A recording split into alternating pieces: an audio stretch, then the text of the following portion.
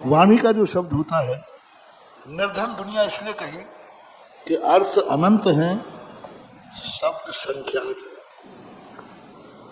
शब्द संख्यात हैं, एक शब्द में अनंत अर्थ होते हैं। अब कौन क्या अर्थ निकाल ले नहीं कहते। यदि एक शब्द का एक ही अर्थ होता है तो फिर ये विज्ञान नहीं आता, हमारा अभिप्राय तुम सब समझ जाते। लेकिन यहाँ तो एक शब्द के अनेक अर्थ हैं और अनेक अर्थ में हर व्यक्ति अपनी अपनी दृष्टि से देखता है। एक प्रवचन है, सब लोग अपनी अपनी दृष्टिकोण से सुनते हैं।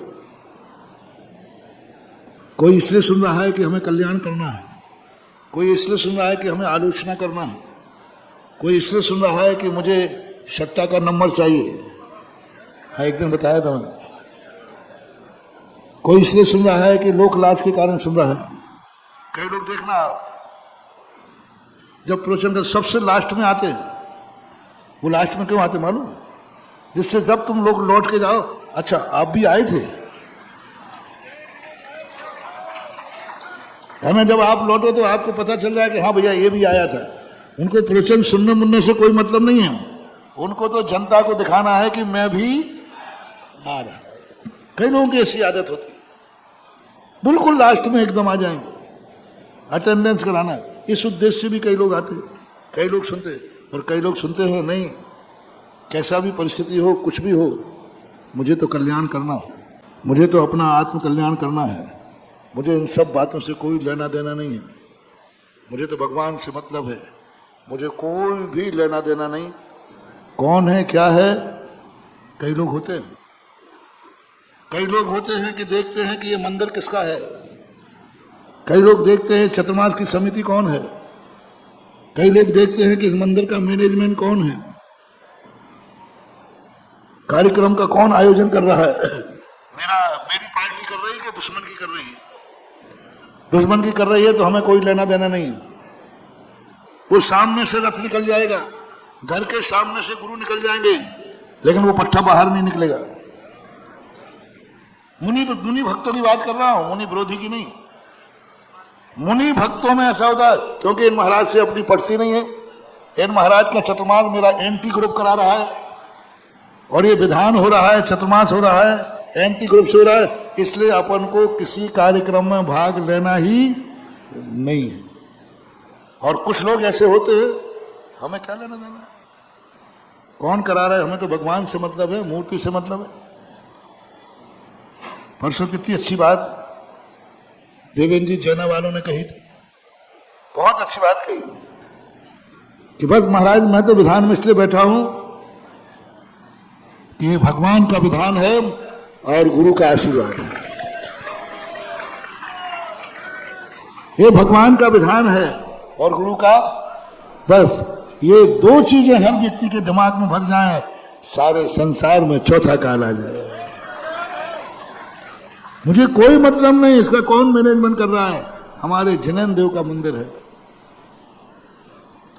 दान देते समय ये नहीं सोचना ये मंदिर में हमारे ग्रुप की कमेटी है कि नहीं।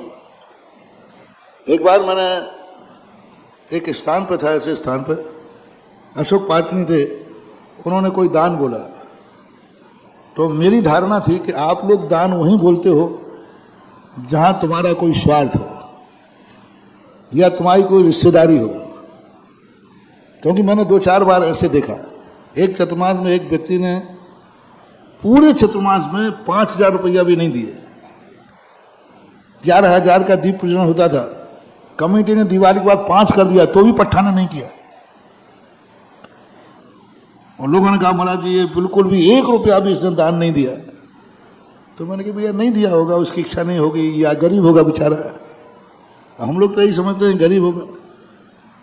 मेरा वहां से बिहार हुआ तो एक गांव में गए तो वहां उसने 1 लाख रुपए का दान दे दिया। अरे मैंने कही मामला क्या, ये तो वही है जिसने 5,000 दी। अब मेरी दृष्टि तो थी उसमें, मैंने कहा भैया ये क्या बात है, आज तो तेरे बहुत बड़ी, तूने बोली क्यों ले ली, आज तो बहुत बड़ी बोली 1 लाख रुपए। बोले महाराज जी यहाँ मेरी ससुराल है।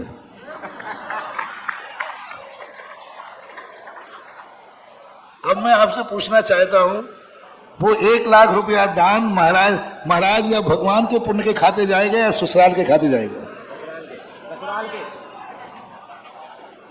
भगवान की बोली ली, ऐसी बात नहीं, ससुराल में नहीं दिया, लेकिन किसके कारण से लिया? या ससुराल को दिखाना था कि कुमार साहब दानी है, दानी है।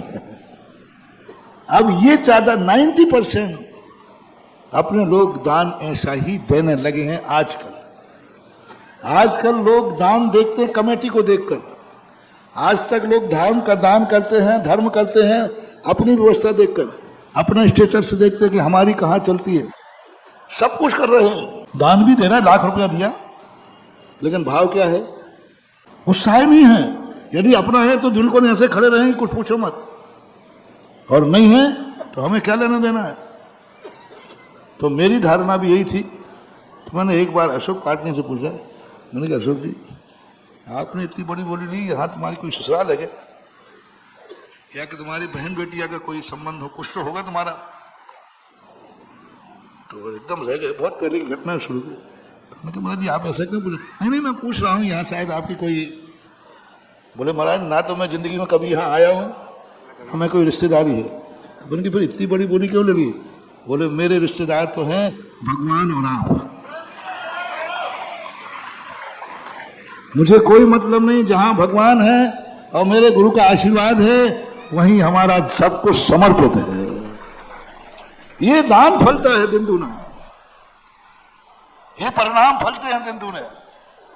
जो परसों देवेंद्र जी ने कहा कि मेरा तो एक ही भाव हुआ कि नहीं, हमें कोई विकल्प नहीं करना, हमारे जिनेन्द्र देव की पूजा हो रही है, हमारे गुरु महाराज का आशीर्वाद है, और धर्म की 2 बातें हमें करने को मिलेगा, बस यही है सातिशय पुण्य। यही परिणाम यदि अपन सबकी जिंदगी में आ जाए, अपन सबकी जिंदगी में आ जाए महानुभाव, तो जितना पुण्य अपन कर रहे हैं, इस पुण्य से तो हम साक्षात समोषण पा जाएंगे, साक्षात समोषण मिल जाएगा। बस हमारे परिणाम ऐसे होना चाहिए। इसलिए शब्दों की निर्धनता जो है वह तो सदा से रही है, क्योंकि अर्थ अनेक अनेक प्रकार के, लोगों की दृष्टियां अनेक अनेक प्रकार से होती है। दृष्टि बदल दो, सृष्टि बदल जाएगी।